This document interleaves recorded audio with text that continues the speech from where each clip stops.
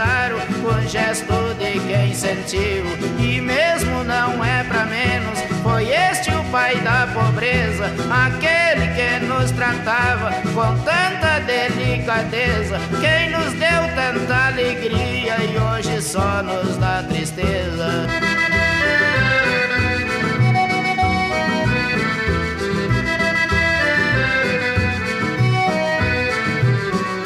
Descansa, gaúcho velho, tu no céu e nós aqui, e eu peço que Deus me atenda, faça esta praga cair, dele uma cãibra na língua dos que falavam de ti. Foi-se o homem do cavalo, do chapéu das abas largas, hoje este Brasil sem ele serão coisas muito amargas. Vamos rezar pela alma do Dr. Getúlio Vargas. Boa noite, meus amigos da Conversa ao Pé do Rádio. Aqui quem fala é Rubem Gonzalez, diretamente do portal Rubem Gonzalez. Hoje a nossa brincadeira musical é de raiz mesmo. Essa música é de Gildo de Freitas, A Grande Perda do Brasil. Ela retrata a morte de Getúlio Vargas. Para quem não sabe, o Gildo de Freitas é, junto com Teixeirinha, considerado um dos maiores cantores tradicionalistas do Rio Grande do Sul. É um garoto de infância pobre, vida difícil, que teve inclusive problema com a polícia, tudo, mas se recuperou. Ele encontrou na música seu caminho e no trabalhismo sua paixão, né? Ele foi amigo particular de Getúlio, de Jango e de Brizola. Tá? Ele se misturou com todo mundo na campanha de 50 de Getúlio e fez essa música para sua morte. Quando Brizola voltou para o Brasil, uma das primeiras pessoas que ele encontrou, esperando por ele, foi Gildo de Freitas. Infelizmente, ele foi para o andar de cima em 1982. Inclusive, consta que ele teve que se explicar aos militares qual era a relação dele com esse trabalhismo, com essa turma toda. João Goulart, inclusive, convidou ele para se exilar no Uruguai também, mas ele não aceitou. Então, hoje nós tivemos essa passagem de raiz aí, né? Gente, o programinha de hoje, o bate-papo nosso de hoje, não tem pauta definida. A única pauta definida é que essa semana vai ter finalmente a análise, porque eu não vou me privar disso, vou fazer uma análise técnica dentro do que eu penso, dentro do que mais ou menos é a linha do nosso canal aqui, de todas as nomeações que o Bolsonaro fez. Aí sim, aí eu já começo a entrar em campo. Vou fazer análise de todas as... Se der para fazer num dia, faço. Se não der, faço em 2 dias. Eu já vou analisar quem são essas indicações. Tem algumas muito ruins, tem outras boas, tem outras que são uma grande interrogação, né? Então, vamos fazer isso aí. Acaba aqui para comentar aqui rapidamente, de forma bem ligeira, uma que é o seguinte: quem quiser fazer alguma pergunta, eu vou me comprometer a partir de amanhã, responder pelo menos 2 ou 3 perguntas no corpo do dia anterior. Ou seja, 2 ou 3 perguntas que vocês fizerem aqui no campo de comentários, amanhã eu vou responder, tá? No decorrer. Se der tempo, eu respondo 3, mas pelo menos umas 2 eu vou responder. Não vou poder responder todas, senão o programa a gente só responde no dia seguinte ou do dia anterior. Eu quero deixar claro aqui que eu citei no programa anterior, alguém me perguntou aqui o que eu acho do Nildo Ouriques, você tem raiva do Paulo Giardelli? Não conheço Paulo Giardelli, nunca assisti 2 meios programas dele, não gostei, E é o seguinte, você tem raiva, ódio, inveja? Não, são coisas para mim muito pesquinha, muito pequena, das quais não fazem mais parte. Se fizeram parte do meu modus operandi um dia da minha vida, não fazem há muito tempo. Eu não sei o que é inveja, eu não sei o que é nada disso aí. Eu sei o que é crítica e análise. Então é o seguinte, eu não estou aqui para criticar ninguém. Quem achar bem, ótimo. Não gosto da conduta, não gosto do programa, não gosto do formato. Não gosto. Eu não gosto de denuncismo barato, eu não gosto de só ataque. Quem não reconhece valor no seu adversário, meu amigo, é complicado. Eu não vou além disso, porque eu não quero alimentar polêmica, não quero... Rubem, você está errado. Não, eu estou certo dentro do meu contexto, dentro do que eu acho. Eu acho que eu tenho que reconhecer mérito, o que te diferencia de um bicho, de um animal na floresta, lutando por sobrevivência, ou por reprodução, ou por qualquer coisa, que os animais lutam só por sobrevivência, tá? Não lutam por alguns dos nossos sentimentos mesquinhos, né, que nós desenvolvemos. Então, aquilo ali não me faz bem, não quero mexer com esse tipo de coisa. Eu vou bater no Bolsonaro a hora que eu tiver que bater no Bolsonaro. A hora que tiver que elogiar, vou chegar aqui, vou fazer um programa elogiando. Parabéns, Bolsonaro. Olha, eu sou Ciro, eu sou trabalhista, mas parabéns. Se ele merecer, vai ouvir isso. E não todo dia. Hoje o Bolsonaro fez isso. Ontem, por exemplo, o que acontece? Eu tenho uma sessão que eu vou criar, talvez na programação paga, porque a gente está criando aí um estilo podcast, né?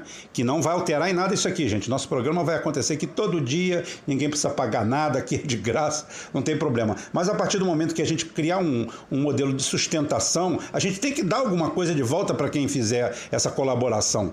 Quem se inscrever no canal, assinar o nosso podcast lá, ou não sei qual aplicativo, que eu não cuido disso, quem cuida disso é o Cláudio e o Christian, tá?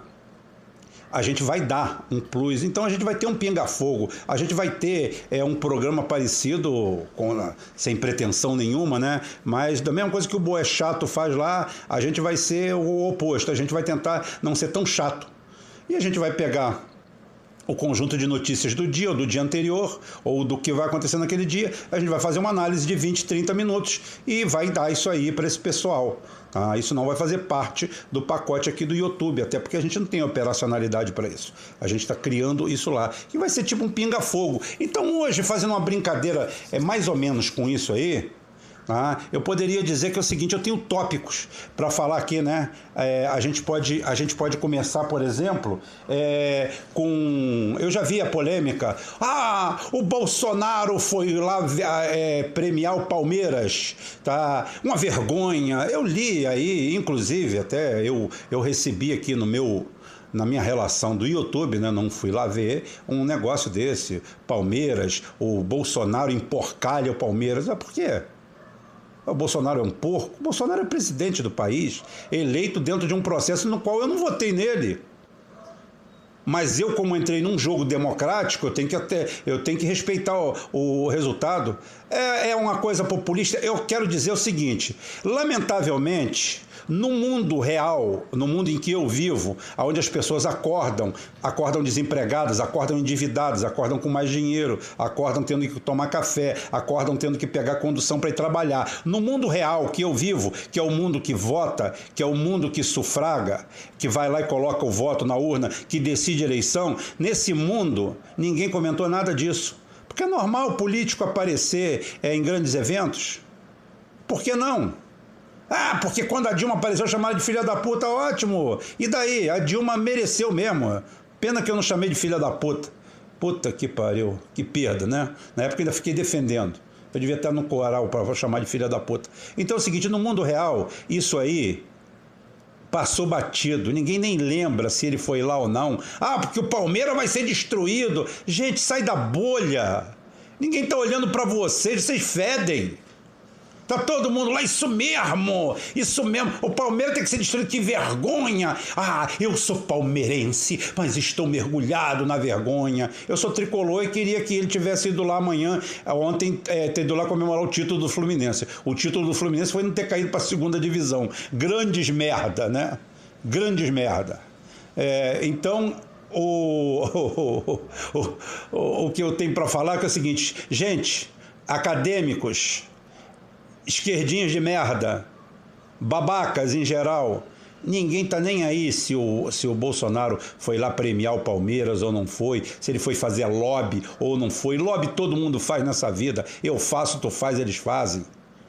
Todo mundo faz, seja para sua mulher, seja para o seu filho, seja para seu amigo, seja para a empresa da esquina. Vamos deixar de hipocrisia.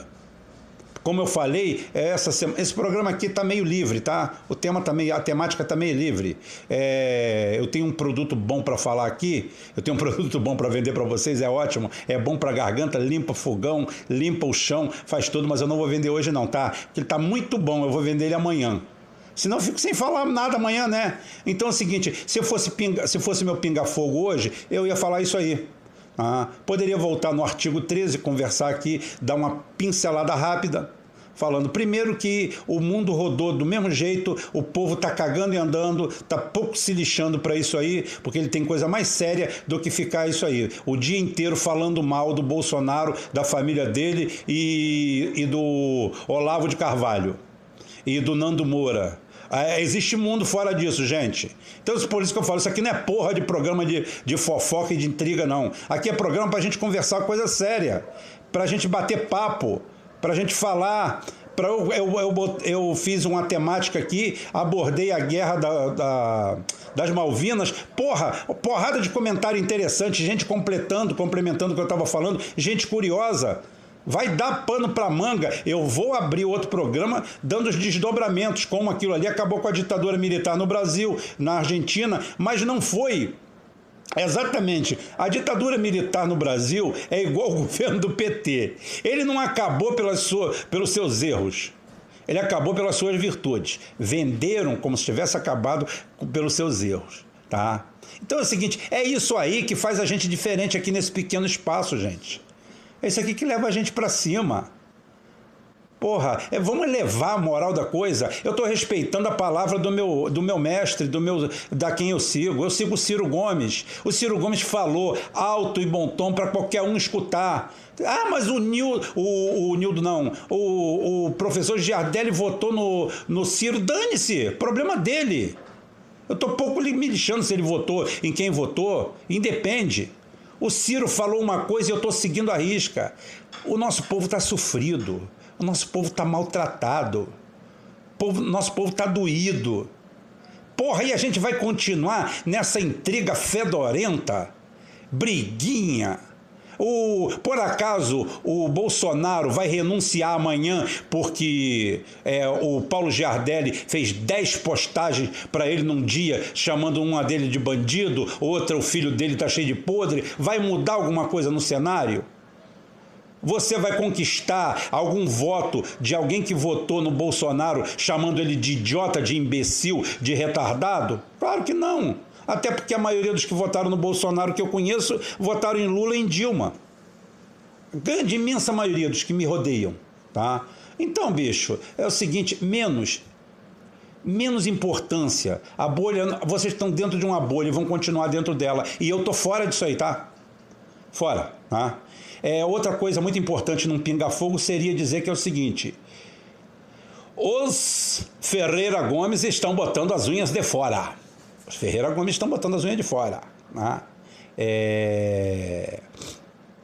Eles já estão aparecendo. Já publicamos aqui uma palestrazinha, mequetrefe. O Christian ainda cortou muita coisa ruim da palestra. Ruim que eu estou falando pelo formato, pelo audiovisual, por tudo. Como eu sei que o Ciro não dorme sem escutar o meu programa, eu já vou logo dizendo para ele que é bom ele contratar uma equipe de multimídia aí para fornecer para a gente um material bom para a gente divulgar. Ele cadastra a gente lá e a gente vai repassando esse produto já limpinho. A gente só bota a marquinha da gente lá para aparecer um pouquinho. Então é o seguinte, essa semana tem mais Ciro Gomes, tá? Ciro Gomes aparece, se não me engano, amanhã e deve aparecer mais alguma vez. Ele está querendo aparecer, é o momento agora da gente começar a fazer as análises, como eu vou fazer. Tá? Outra coisa no pinga-fogo que eu poderia fazer hoje é falar sobre a crise mundial que se avizinha. Preparem o cu, senhores passageiros, com destino ao fim do mundo. Se preparam que vem mais uma pica. Porque, não sei se vocês sabem, mas desde o final da Primeira Guerra Mundial, que o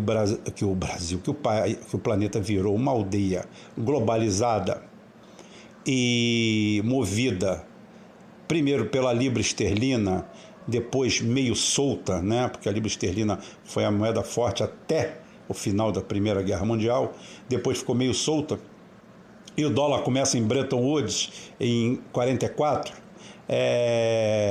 o que acontece? O capitalismo que vendem para você, tem muita gente de direita que me ouve aqui e fica aqui, é o seguinte, não vou dar aula de economia, não, primeiro que eu não sou economista, segundo porque um programa de análise, ele faz essas análises de forma genérica, né?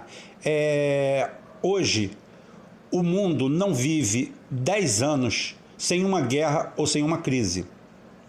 Ou uma guerra de grandes proporções ou uma crise. Então é o seguinte, nós tivemos o crash da Bolsa em 29 e em 39, graças a Deus, nós tivemos a guerra. Salvou as economias do planeta por 30 anos. Depois tivemos a guerra do Vietnã, teve a guerra da Coreia, teve isso, teve aquilo, e em 73 o grande choque do petróleo, logo depois da criação do petrodólar pela quadrilha de Kissinger e Richard Nixon. Depois da fraude do homem à Lua, né? Depois de fingirem que o homem foi à Lua, teve isso aí. Ainda tem isso. O que acontece? A última grande pica foi em 2008, e cada vez que eles fazem uma crise dessa, eles botam mais um palmo no rabo da gente. Então, quem ainda tem um pouco de culpa a entrar, se prepara que lá vem trolha. E eu vou falar sobre isso depois, né? Vou falar sobre isso depois. E vou falar também depois. Ou se fosse pinga-fogo, eu ia falar dos devaneios do Poroshenko, o presidente da Ucrânia, que está fudido, caindo pelas tabelas, e porque quer arrumar uma briga com a Rússia, porque sabe que a Rússia não vai bater nele. Mas ele está querendo fazer isso para quê? Para ter uma lei marcial e se manter sine die, sem data de saída da presidência de lá. Porque a Ucrânia, para quem não sabe, lá não existe corrupção. Porque na Ucrânia a corrupção é a palavra do dia. Quem falou isso para mim, tá, foi um cônsul do Brasil lá, que inclusive casou com a ucraniana. Casou, veio para o Brasil, tomou um pai de chifre, mas isso aí eu não vou contar. Não vou nem dizer o nome da pessoa. É meu amigo de infância, não posso falar. E é o seguinte, ele falou que lá não existe corrupção, assim como a gente está falando aqui, porque lá é normal o vereador, o prefeito, o alcaide, ou quem seja, chegar e pedir na careta mesmo. Então lá não existe corrupção. A corrupção lá é institucionalizada. É direto, cara. É direto. Então é o seguinte... Tenho também uma declaração do nosso Alexander Dugin, que a gente está devendo esse programa, mas eu não estou devendo, ele tá no forno, É muito interessante as posições dele, tá aí, ó. Quem disse que eu não gosto de um filósofo? É claro que eu gosto. Eu gosto de filósofo que tem alguma coisa para mostrar. O cara é historiador, porra, é historiador de religiões. Cara, ele é a alma da União Soviética. Ele sonha com a União Soviética. Ele é a alma da Rússia, da mãe Rússia. E é o seguinte, o que eu invejo? Eu invejo a Rússia. Como também invejo algumas coisas dos Estados Unidos. Não que eles exportam pra gente. A Rússia não, que a Rússia não exporta nada para ninguém. A Rússia, quando eu entrar no capítulo aqui de armamento, eu vou mostrar por que a Rússia é invencível. Por que a Rússia é invencível e por que a Rússia não é nada do que se fala. Como Cuba não é nada que se fala. Inclusive hoje, deixa eu falar para vocês, teve um energúmeno aí que me mandou para Cuba. Pô, ele não me mandou a passagem. Eu quero dizer para vocês que é o seguinte, eu posso ir para Cuba e também posso ir para os Estados Unidos, tá? Não tem problema nenhum não, que meu passaporte é verde, da Comunidade Europeia. Eu não preciso ficar mendigando visto, igual um monte de gente que sonha ir para lá para cair no mundo e lavar privada para os outros. Eu sou adepto de John Milton. Aqui tá ruim, né? Mas é o seguinte, Bruce, meu stalinista, querido. É o seguinte, eu sou adepto de John Milton. Eu prefiro reinar no inferno do que servir no céu, tá? Então, aqui mal ou bem eu tenho meu reinado. Mesmo ganhando 10 vezes mais, eu não vou limpar a bunda de ninguém, eu não vou limpar a merda de ninguém, eu não vou limpar o rabo de ninguém, tá, gente? Então é isso aí. Esse programa aqui é hoje para mostrar isso aí. A gente vai ter o programa, amanhã eu vou falar da crise dos Estados Unidos, a crise real dos Estados Unidos, a crise militar. Vou dar uma introdução do Guim, vamos falar um pouco sobre a quarta teoria, só um pouquinho para não acostumar mal. Vou responder 2 perguntas, pelo menos, que alguém me fizer de alguma coisa, se eu puder responder também. Se eu não sei, digo que não sei. Tá? E vamos nos preparar, porque essa semana vai ter análise sim. Vou pegar ministro por ministro e vou fazer análise séria, correta, não coisa de moleque. Não coisa de moleque. Eu não estou torcendo para que nada dê errado, que dê certo. Eu quero que ele me surpreenda. Eu chego para ele e falo assim, Bolsonaro, me surpreenda. Me surpreenda, meta o pé na porta, diga que você é nacionalista sim. Diz que da fruta que o Ciro gosta, você come até o caroço. Não tem problema nenhum, não. Não tô nem aí para isso, não. Eu sou pessimista quanto a isso. Mas sonhar não custa nada. Então eu sonho. Ao invés... Eu aprendi com meu irmão, com um dos meus irmãos, que é o seguinte: sonhar com um castelo e sonhar com um barraco é o mesmo preço. Só te custa a energia de fechar os olhos e pensar em alguma coisa. Então dá licença que enquanto eu estiver na fase de sonho, eu vou sonhar com castelo. Quem quiser sonhar com barraco, viver azedo, amargurado, criando problema, fica à vontade. E pro cara que me mandou para Cuba, eu sei, eu entendo isso. A democracia me obriga a aturar gente igual a você, bicho. Não tem problema nenhum, não. Mas isso é trauma. Eu conheço gente assim que nasceu em prostíbulo, não conhece o pai, nunca conheceu o pai biológico, não tem a mínima ideia. Isso aí causa esse tipo de problema. Mas não tem problema não, como eu dei a resposta lá, fica tranquilo, volta para o pasto, vai comer, vai almoçar, se alimentar, que amanhã eu estou aqui de novo, se Deus quiser, e Ele vai querer.